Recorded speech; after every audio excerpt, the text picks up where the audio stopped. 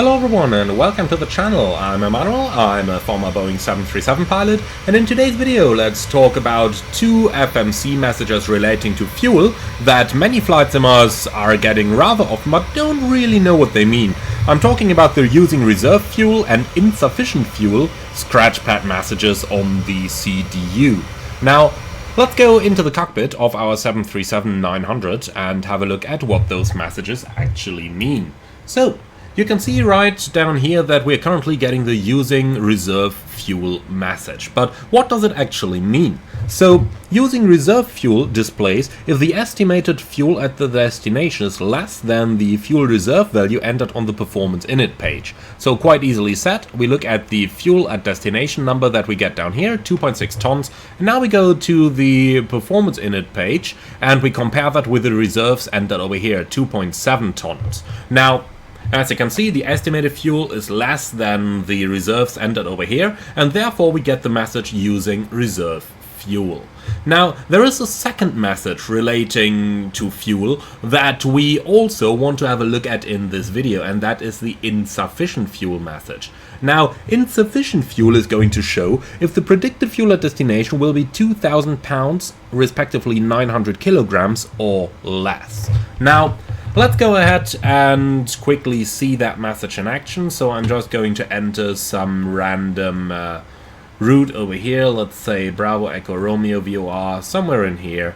And if we now execute that, we should get the insufficient fuel message, since we will not have enough fuel for our arrival. You can see insufficient fuel showing over here, and the predicted fuel at landing is now 0.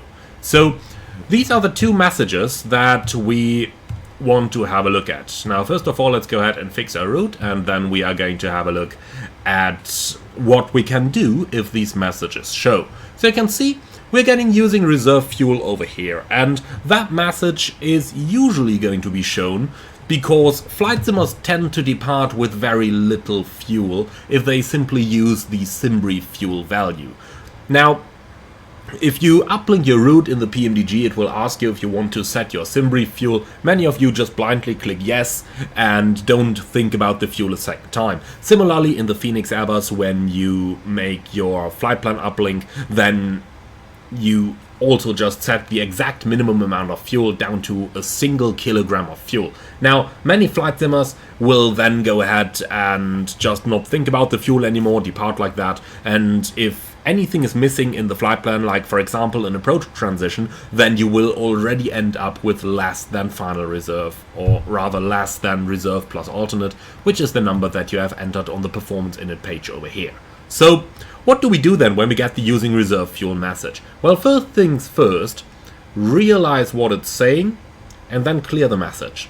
The reason we do this is because we want to see if there might be a second message behind this. And remember, you can only view the one at a time, and you can actually not recall scratchpad messages. So see them, understand them, and then clear them so that you can see any other potential message that might be shown behind them. An example of such a message might be something like verify gross weight and fuel in case you don't get sufficient total fuel quantity data, and then the airplane is going to give you that alert, and that will actually come back every 30 minutes. Another example of a message that you might get there is check FMC fuel quantity, and that would show if the FMC has detected an unexpected drop in fuel quantity, which might be indicative of a fuel leak.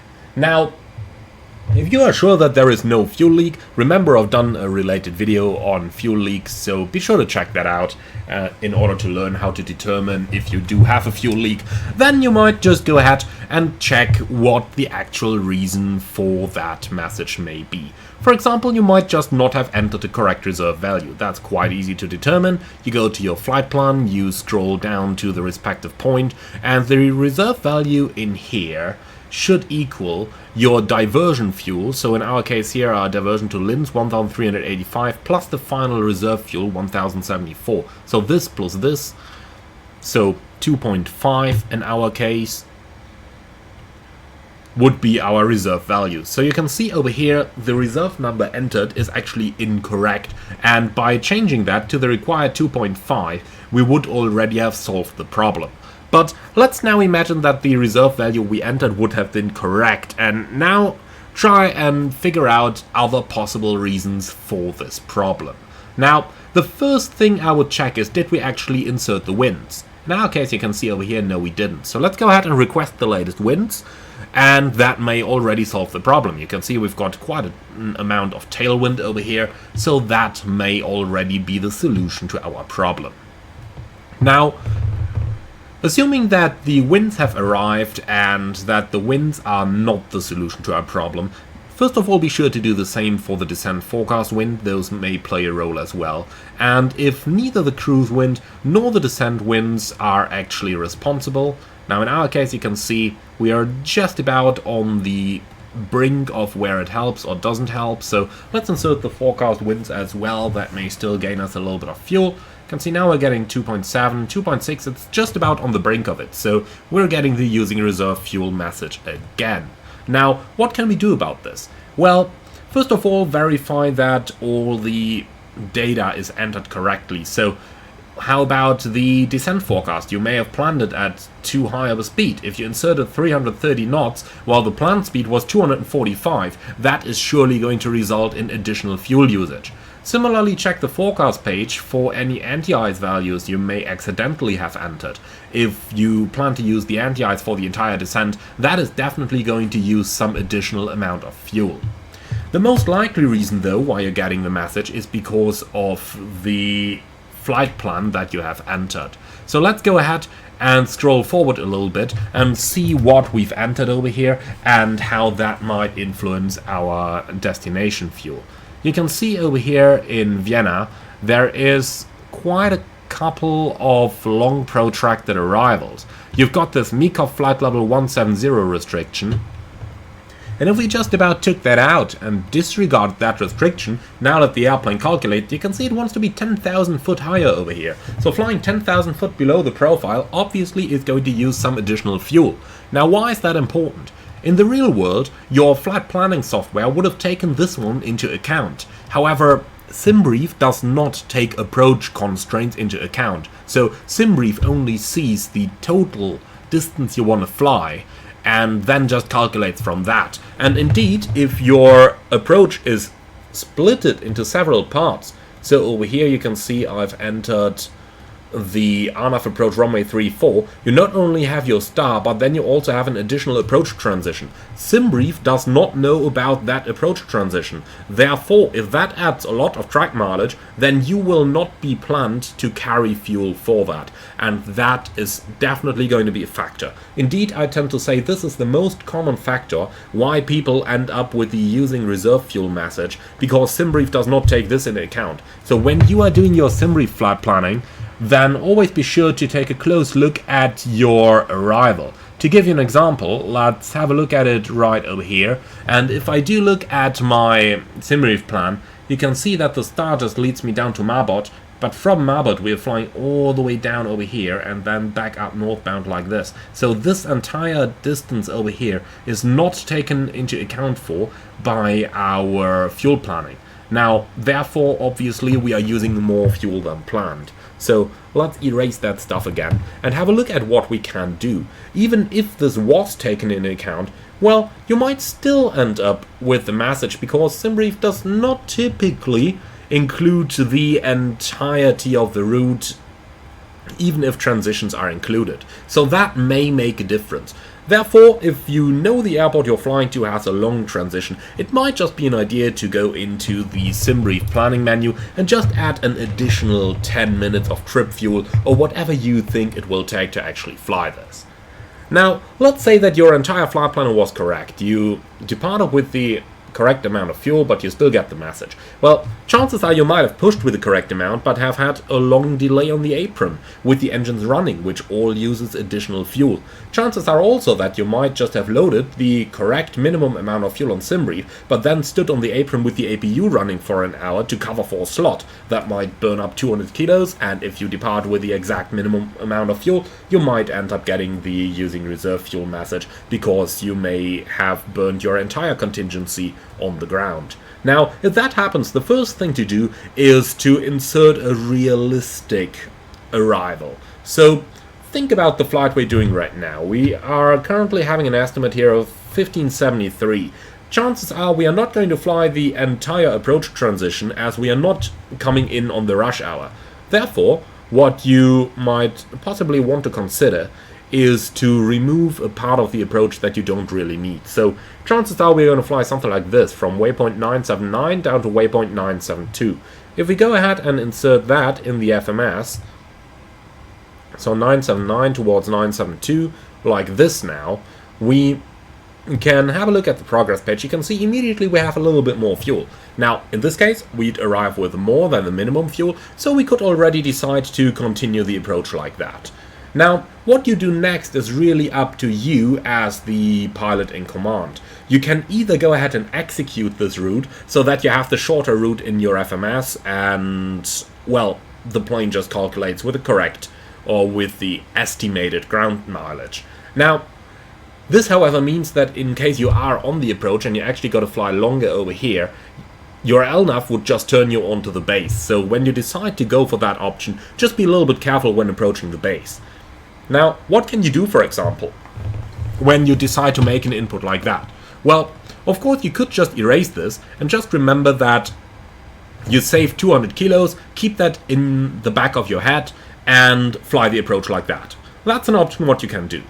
On the other hand side, though, if you do prefer to shorten this up, then if we just press execute over here, we can see that we've now got the shortened route. However, maybe just include a little reminder about your actual routing on your fix page.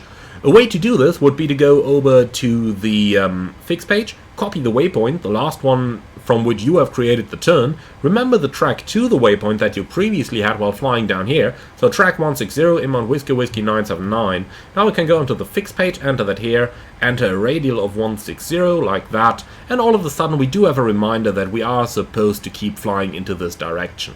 Another way to do this would be to insert, for example, the waypoint over which you gotta turn base in the fix page so that it get marks over here, but just something that gives you a little bit of a reminder that the routing in your FMC is not necessarily the routing that you have been cleared for by air traffic control. So this basically concludes this little lesson on those two commonly seen FMC messages using reserve fuel and insufficient fuel. Last but not least, when you do get the message insufficient fuel, you gotta declare a mayday, provided that you've checked your route and it is correct. You gotta declare a mayday from that, and then you just gotta decide what you are going to do, where you're going to land. Remember, you can always just do a fuel stop and divert to whatever is suitable in your immediate area. For example, at our present location, a diversion over here to Leipzig, or a diversion over here to Prague, or whatever is along your route, might be a good idea to do a fuel stop. In that case, you don't even have to declare an emergency, because you are actually not short on fuel if you simply change your destination. That might be a good way to avoid a little bit of paperwork with your authorities, but you definitely have to do that paperwork with your company. So, leaving all of that aside, a final word over here of what you can do. If you really end up arriving with too little fuel, or rather with fuel lower than the final reserve fuel, but actually more than the 30-minute final reserve, so if you arrive with less than the FMC reserve but more than the final reserve fuel, then you can always just go ahead and commit to landing at your destination. Now, I've done a separate video on that, so I'm only going to go over the criteria to commit to landing at an airport in a very short fashion over here. Basically, you want to have more than one runway, so that in case an accident happens on the runway that you've planned to land on, you have a plan B available. In the best case, those are not even crossing runway, but for me a crossing runway would be personally acceptable, because the chance of something actually happening right on that crossroad is rather low. Now, 2 runways or more, weather got to be good, so nowhere near the legal minimum. And obviously you got to have sound reasons to believe that you will be able to land over there. For example, flying to Zurich on a Tuesday night on VATSIM, where you are very likely to encounter holdings, would not exactly be an airport where I would commit to land without further considerations. But flying to Frankfurt on an afternoon, you can be pretty sure that you will be able to land on one of those 3 parallel runways. So, that much about committing to land at a destination. In case you do commit to land, you can change your final reserve fuel in the FMS. So you can see final reserve is 1.1, and our FMC reserve was actually a little bit higher than that. So in the FMC we got 2.7, so you can change that down to 1.1, and when you do that, obviously that is going to provide you, first of all, with an alerting capability, because if your estimated fuel on landing is going to drop below that number on the performance page over here, you will be alerted to it again, and it is usually going to give you at least half an hour of extra fuel for your holdings. Now, if you're wondering about fuel for the holding in the 737, if you just want to run some rough mental calculations, then average fuel usage is approximately 200 kilos per 5 minutes of flying time, respectively 400 kilos per 10 minutes of flying time. So these values do provide some rough estimate for you to do a couple of quick fuel calculations in your head. Now, I do hope that you enjoyed this video. I do hope that you learned something in it. If you did, be sure to let me know in the comments below, and I'm very much looking forward to see you all again on the next one. In the meantime, be sure to like the video, comment to let me know what you think about it, and subscribe if you're up for more. And if you really like what I'm doing on this channel, I would appreciate a small donation through the Buy Me a Coffee link in the video description below. Thank you for watching, and see you all again on the next one.